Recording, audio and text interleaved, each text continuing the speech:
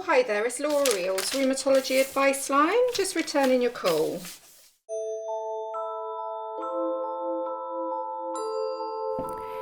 Getting to the point where your rheumatism is under control can require support, which is where the helpline comes in, especially when you're taking methotrexate. Most people tolerate it well once they get used to it. I tried it for about 6 weeks, but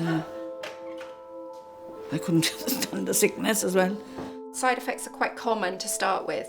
If the patient can tolerate the side effects, we often advise them to continue or drop back a step, because often they'll pass within 6 to 8 weeks. There are issues that come up regularly on the helpline.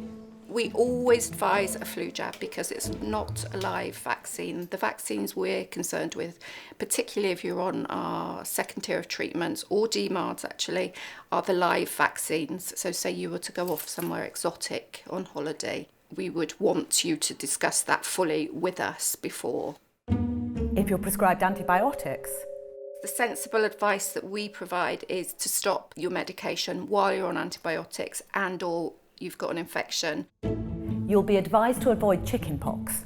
If you do get any symptoms, then you need to contact us as soon as possible. And if you're thinking of having a baby, you must take advice. Certain DMARDs, actually only a couple of them are considered safe in pregnancy. We would hope that you'd have that conversation obviously with us before you attempted to get pregnant. We were told that we'd need at least 3 to 6 months before we even started trying, because the traces of the methotrexate in the blood can cause issues with the pregnancy and with the fetus as well. The other frequently asked question is about drinking. Alcohol is considered safe with light drinking, so a couple of units a week. If you drink high levels of alcohol, you're at certain risk of liver damage. If you still have questions after watching this film, then do contact your local team. But here's a last word of advice from Laura.